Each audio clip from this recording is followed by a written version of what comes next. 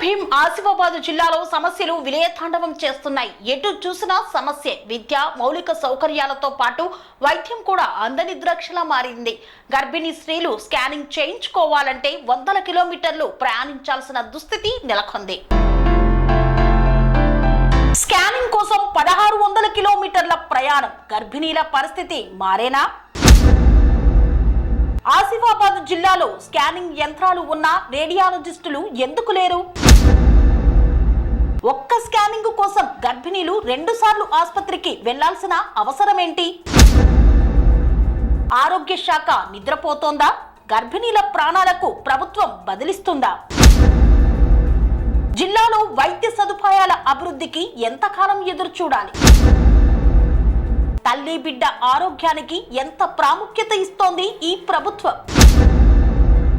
Scanning కోసం వందల కిలోమీటర్ల ప్రయాణం. గర్భిణీల భద్రత ఎవరి బాధ్యత? ప్రభుత్వ ఆసుపత్రుల్లో స్కానింగ్ సదుపాయం లేకపోవడం ఎవరికి లాభం?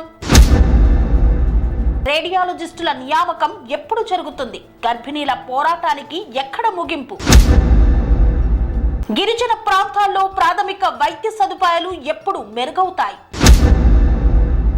గర్భిణీగా ఉన్నప్పుడు అధిక జాగ్రత్త అవసరం. కడుపులో పెరుగుతున్న బిడ్డ ఆరోగ్యాన్ని నిరంతరం పర్యవేక్షించాల్సిన అవసరం ఉంటుంది. అయితే కొమరం భీం ఆసిఫాబాద్ జిల్లాలో గర్భిణీల పరిస్థితి దీనికి పూర్తిగా విరుద్ధంగా ఉంది. చిన్నపాటి స్కానింగ్ కోసం వందల కిలోమీటర్ల దూరం ప్రయాణించాల్సిన దుస్థితి వారిని తీవ్ర ఇబ్బందుల్లో పడేస్తోంది. స్కానింగ్ కోసం 1600 కిలోమీటర్ల ప్రయాణం కష్టం. పోవడం తప్పనిసరి. ఆసిఫాబాద్ జిల్లా జైనూర్ సిహెచ్సి పరిధిలోని లింగాపూర్, సిరిపూర్, తిర్యాని, కెరమేరి మండలాల్లో స్కానింగ్ సేవలు అందుబాటులో లేవు. దీంతో అక్కడి గర్భిణీలను 102 అంబులెన్సులో 100 కిలోమీటర్ల దూరంలోని ఆదిలాబాద్ రిమ్స్ కు తరలిస్తున్నారు. మొదటిసారి స్కానింగ్ కోసం పేరు నమోదు చేయించుకోవాలి. ఆ తర్వాత అందించిన తేదీన తిరిగి రావాలి. ఇలా ఒక్క స్కానింగ్కే 2 సార్లు ప్రయాణించాలి.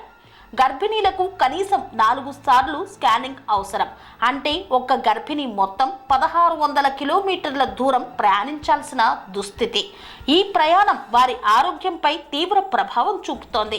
సిర్పుట్టి నియోజకవర్గంలోని బెజ్జూర్, చింతలమానేపల్లి, కౌటాల, దాహెగం మండలాలకు చెందిన గర్భిణీలు 60 నుండి 120 కిలోమీటర్ల దూరం ప్రయాణించి మంచిర్యాల ప్రభుత్వ ఆసుపత్రికి వెళ్తున్నారు. జిల్లాలోని జైనూర్, కాగజ్నగర్, సిర్పుట్టి, ఆసిఫాబాద్ కేంద్రాల్లో స్కానింగ్ యంత్రాలు ఉన్నా రేడియాలజిస్టులు లేకపోవడంతో అవి నిరుపయోగంగా మారాయి. ఆదివాసీ, గిరిజన ప్రాంతాల్లో ప్రాథమిక ఆరోగ్య సదుపాయాల లేమి, వైద్యుల కొరత, అధునాతన సదుపాయాల సమస్యలతో గర్భిణీలు కష్టాల్లో పడుతున్నారు. స్కానింగ్ కోసం ఇంత దూరం ప్రయాణించాల్సిన పరిస్థితి మారాలని ప్రజలు, వైద్యరంగ నిపుణులు డిమాండ్ చేస్తున్నారు. ప్రభుత్వం వెంటనే స్పందించి స్కానింగ్ సదుపాయాలను అందుబాటులోకి తీసుకురావాలని గర్భిణీలు, వారి కుటుంబ సభ్యులు కోరుతున్నారు.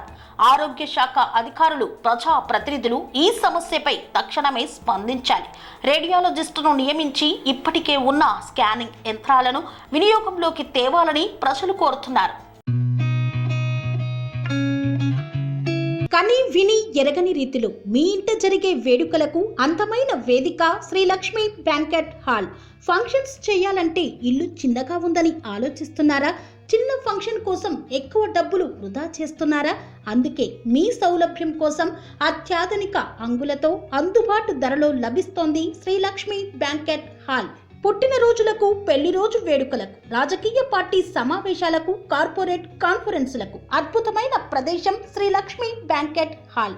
మీ ఇంట జరిగే ఏ శుభకార్యానికైనా అతి తక్కువ ఖర్చుతో గ్రాండ్గా సెలబ్రేట్ చేసుకునేందుకు అనువైన ప్రదేశం శ్రీ లక్ష్మి బ్యాంకెట్ హాల్.